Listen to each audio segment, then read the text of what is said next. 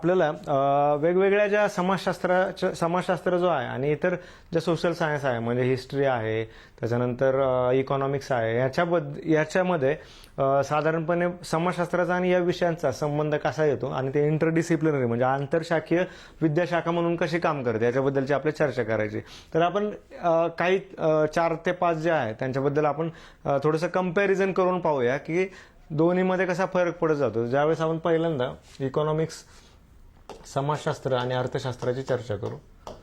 समाजशास्त्र आणि अर्थशास्त्र जे आहे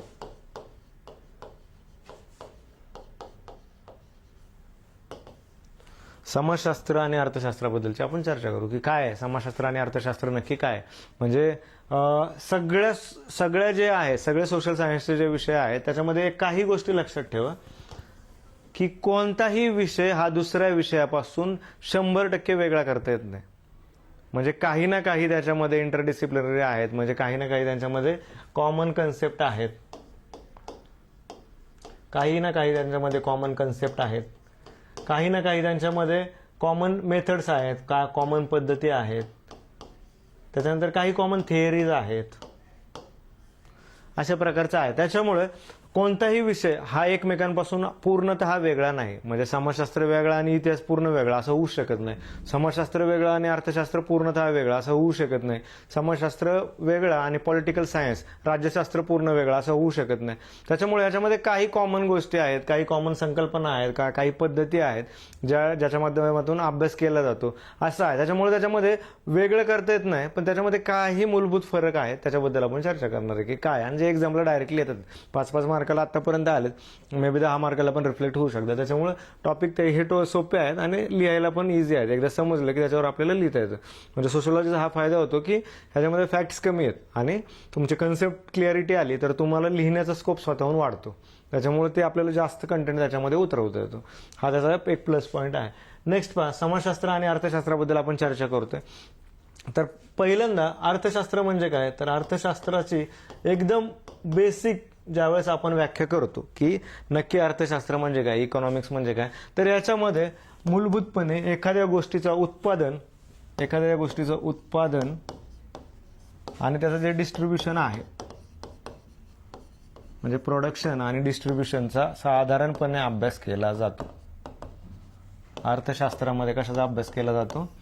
अर्थशास्त्रामध्ये कोणताही एक उत्पादनाचा घटक जे आहे, काहीतरी प्रोडक्शन केले आणि त्या प्रोडक्शनाचं साधारण डिस्ट्रीब्युशन आहे, याचा साधारण मुख्यत्वे अभ्यास केला जातो. आणि तो अभ्यास कशाच्या माध्यमातून केला जातो, तर इकॉनॉमिक्सचे काही बेसिक व्हेरिएबल्स आहेत, इकॉनॉमिक्सच्या अर्थशास्त्राचे काही बेसिक व्हेरिएबल्स आहेत, त्या माध्यमातून या सगळ्यांचा उत्पादनांचा आणि त्याच्या डिस्ट्रीब्युशनचा अभ्यास केला जातो. त्यातले क्लासिकल, आता याच्यामध्ये बघा समाजशास्त्रामध्ये पण ते येणार आहे, अर्थशास्त्रात पण येणार आहे, हिस्ट्रीमध्ये पण येणार आहे.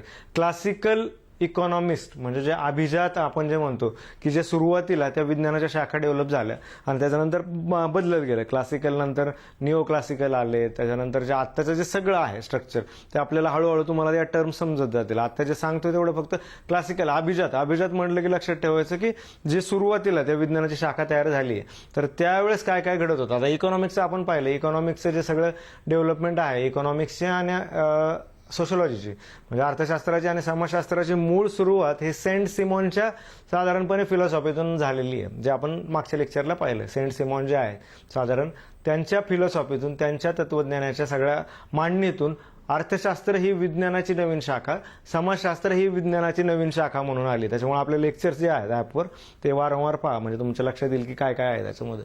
तर हे जे आहे मग ह्याचे काय आहेत, इकॉनॉमिक्सचे ह्या सगळ्या उत्पादनांचा आणि त्यांच्या डिस्ट्रीब्युशनचा अभ्यास काही सेट ऑफ व्हेरिएबल्स आहेत त्या व्हेरिएबलच्या माध्यमातूनच केला जातो, जे कन्व्हेन्शनल म्हणजे त्यावेळेच्या क्लासिकल इकॉनॉमिस्टनी मांडलेले जे आहे. त्याच्यानंतर केन्सची वेगळी थिअरी आहे, त्याच्यानंतर वेगवेगळ्या आहेत म्हणजे नवीन इकॉनॉमिक्सच्या ज्या थिअरी आहे, पण आपण फक्त मूलभूत फरक पाहतो त्याच्यामुळे त्या सविस्तर चर्चेत आता आपण जाणार नाही. काय काय मूलभूत त्यांचे घटक काय, कशाच्या माध्यमातून केले, तर डिमांड सप्लाय नावाची गोष्ट तुम्ही ऐकलं आहे. मागणी पुरवठा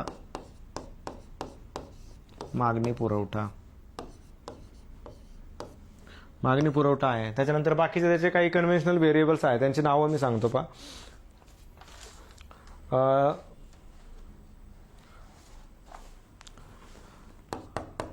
इनपुट आणि आउटपुटसाठी काय काय केलं जातंय आणि मनी फ्लो कसा होतोय,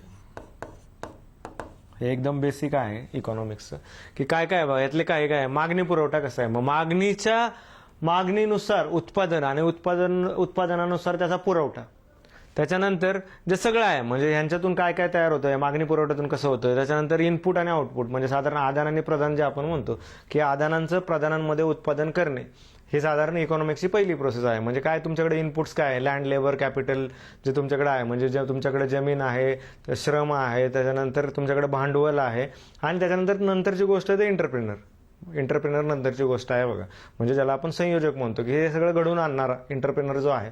मग या सगळ्यांच्या माध्यमातून काही इनपुट्स घेऊन त्याचं प्रदानांमध्ये म्हणजे आउटपुटमध्ये रूपांतर केलं जातं. त्या आउटपुट नंतर परत काही व्हेरिएबलच्या माध्यमातून जे काय म्हणजे मार्केटनुसार त्याचे डेव्हलपमेंट आहे. आणि त्याच्यानंतर मनी फ्लो कसा आहे, म्हणजे एखाद्या अर्थव्यवस्थेचा, एखाद्या देशातील अर्थव्यवस्थेचा मूलभूत पैशांचा प्रवाह कशाच्या माध्यमातून जातो, हे सगळं जे आहे या सगळ्यांच्या माध्यमातून प्रोडक्शन आणि डिस्ट्रीब्युशन ठरतं आणि त्याच्यानुसार ती अर्थव्यवस्था होते. मग त्याच्यामध्ये परत देशाच्या लेवलला आपण पाहिलं तर त्याचा GDP आहे, हे सगळं आहे, ते इकॉनॉमिक्सच्या ह्याच्यामध्ये येईल. फक्त मूलभूत फरक आपल्याला समजून घ्यायचा आहे की समाजशास्त्र अर्थशास्त्रापासून कोणत्या टर्म्समध्ये वेगळे. हे अर्थशास्त्राच्या बद्दलचं सांगितलं. आता समाजशास्त्राच्या बद्दलचं सांगतो की समाजशास्त्रामध्ये आता अर्थशास्त्राला ज्यावेळेस आपण हे करतो तर अर्थशास्त्राला बऱ्याच वेळा व्हेरिएबल्स म्हणजे अर्थशास्त्राचा अभ्यास ज्या माध्यमातून केला जातो ते व्हेरिएबल्स आहेत ते फार प्रिसाईज आहेत, म्हणजे एकदम त्याचे डिटरमाइंड आहे. आणि अर्थशास्त्राचं मूळ काय आहे तर अर्थशास्त्र काय करतं की एकदम प्रिसाईज म्हणजे प्रिसाईज नियम लॉज जे आहे ते डेव्हलप करण्याचा प्रयत्न करतं आणि त्या माध्यमातून ते काही थिअरीज मांडण्याचा प्रयत्न करतं. त्याच्यामुळे तुम्ही पहा अर्थशास्त्राच्या ज्या काही व्याख्या आहेत, GDP आहे तर डिफाईंड आहे, क्लिअर कट प्रिसाईज त्यांची काहीतरी व्हॅल्यूच्या टर्म्समध्ये काढतात ते, किंवा GNP आहे म्हणजे तुमचं पर कॅपिटा उत्पादन किती आहे, नॅशनल उत्पादन किती आहे, हे सगळं म्हणजे प्रिसाईज करण्याचा प्रयत्न ह्याच्यामध्ये केला जातो.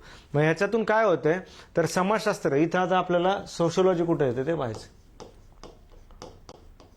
यात समाजशास्त्र कुठे येतं तर समाजशास्त्र इथे येतं. तर समाजशास्त्रामध्ये म्हणजे असं म्हणतात की कॉर्पोरेट सेक्टरमध्ये जे असतात म्हणजे कॉर्पोरेट सेक्टरला ज्या ज्या प्रोडक्शन केलं जातं त्या प्रोडक्शनमध्ये प्रोडक्शनच्या इनपुट्समध्ये बऱ्याच वेळा सोशोलॉजिस्ट असतात किंवा त्यांचं काही प्रमाणामध्ये त्यांचे इनपुट्स घेतले जातात.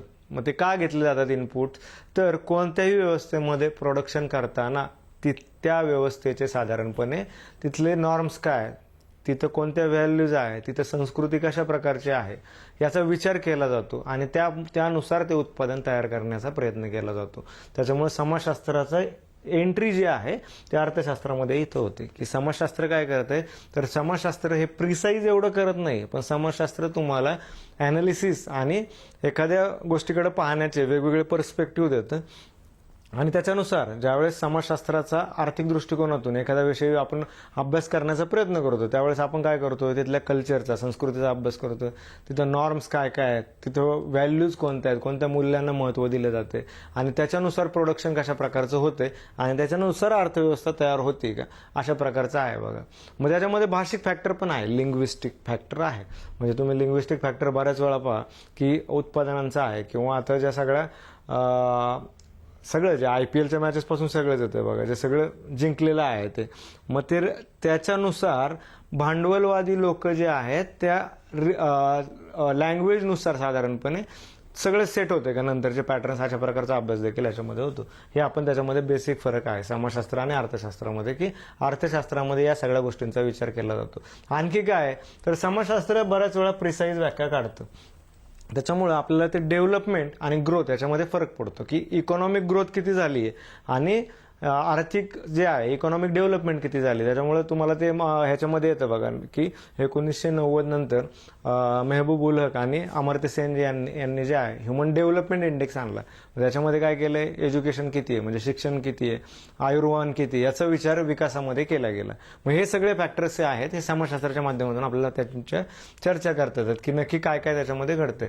मग याच्यामध्ये आणखी काय आपल्याला सांगता येईल की नॉट ओनली दिस, ह्याच्यामध्ये फक्त आर्थिक प्रगती जे आहे, आर्थिक विकास, आर्थिक ग्रोथ जे आहे याचा विचार करण्याच्या पुढे ज्यावेळेस आपण जातो त्यावेळेस त्याच्यामध्ये त्या समाजामध्ये साधारण क्राईमचे रेट किती आहे, गुन्ह्याचे प्रमाण किती आहे आणि त्या प्रमाणातून समाजशास्त्रीय विश्लेषण केलं जातं आर्थिक ह्याच्यामधून. म्हणजे हे सगळं मेक्सिकन जे आपण पाहतो की मेक्सिकन कर्टेल्स आहेत, ड्रग्सचे कर्टेल्स आहेत आणि त्या माध्यमातून एक पॅरलल इकॉनॉमी डेव्हलप झालेली आहे. मग ते कसं आहे, त्यांचे नेक्सस आणि स्ट्रक्चर कसे आहेत आणि त्याचा आर्थिक संबंध कसे आहेत, हे साधारणतः या सगळ्या गोष्टी ज्या भारताच्या टर्म्समध्ये पण लागू होतात, ह्याचा साधारणपणे आपल्याला याच्यामध्ये अभ्यास करायचा आहे बघा. हे साधारण बेसिक डिफरन्स आहे बघा याचं.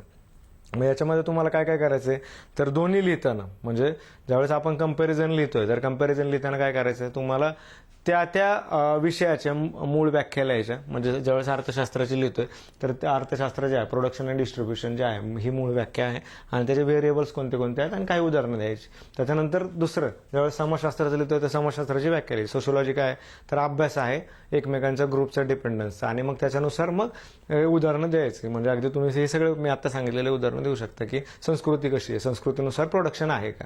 म्हणजे समजा फ्लॅट घ्यायचा आहे, जे सगळं आहे म्हणजे यांचं जे सगळं रिअल इस्टेटचं सगळं जे चालतं, तर रिअल इस्टेटमध्ये काय आहे, तर बघा तुम्ही ऑब्झर्व करण्याचं गोष्ट आहे बऱ्याच वेळा समाजशास्त्रामध्ये की फ्लेक्स लावलेले असतात बघा मोठे. मग त्याच्यामध्ये एक हॅपी फॅमिली दाखवलेली आहे, जे ताट घेऊन घराचं जे नवीन स्वप्न पाहिलेलं आहे. किंवा DSKची पूर्वी ॲड लागायची बघा की घराला घरपण देणारी माणसं आणि त्याच्यातून ते समोर यायचं. मग हे सगळं काय आहे, तर हे समाजशास्त्रीय दृष्टिकोनातून केलेलं आहे की नॉर्म्स, इथल्या समाजाचे नॉर्म्स काय आहे, मग त्या माध्यमातून घर घेणं किती महत्त्वाचं आहे एखाद्या कुटुंबासाठी. तर हे काय आहे, पॅटर्न सेट केलेले आहेत आणि ह्या पॅटर्ननुसार तशा प्रकारची डिमांड क्रिएट केलेली आहे अर्थशास्त्रात आणि त्या डिमांडमधून हे सगळं आहे बघा आपल्या आजूबाजूला. मग याच्यामध्ये अर्थशास्त्रीय दृष्ट्या फायनान्शियली विचार किती आहे आणि तिथल्या सोसायटीच्या नॉर्म्स आणि व्हॅल्यूजचा विचार किती आहे आणि मग त्याच्यानुसार ते सेट होते का सगळं नवीन पॅटर्न, नवीन कन्झम्पशनचे पॅटर्न, म्हणजे नवीन उपभोगाचे जे पॅटर्न्स आहे ते समाजशास्त्राच्या माध्यमातून अर्थशास्त्रामध्ये हस्तक्षेप करून ते साधारण सेट केले जातात का कन्झम्पशनचे. म्हणजे हेच सगळे गाणे आहेत बघा, घराला घरपण देणारी माणसं, मग घर पाहिजे कुणाचं स्वतःचं, मग त्याच्यासाठी कोण देतोय, तर आम्ही देतोय. मग हे व्हॅल्यू संस्कृती क्रिएट केली की घर पाहिजे म्हणजे कुटुंबाला. मग याच्यामध्ये हे सगळे आपल्याला याच्यामध्ये अभ्यास करायचा. आणखी याच्यात बरंच आहे, म्हणजे याच्यामध्ये तुम्ही डे टू डेला सगळी चर्चा तुमच्या आजूबाजूला हे सगळं पाहू शकता. आणि आपण हे आपल्या नेक्स्ट पॉईंटमध्ये ज्यावेळेस आपण सिलेबसच्या आणखी कोरमध्ये जाणार आहे तर ते आपण हे सगळे पॉईंट त्याच्यामध्ये चेक करणार आहे. ठीक आहे, हा आपला याच्यातला पॉईंट होता बघा की काय अर्थशास्त्र आणि समाजशास्त्र याच्यामध्ये मूलभूत फरक काय आहे. ठीक आहे, तर याच्यामध्ये आपण हा पॉईंट आपण समजून घेतलेला आहे.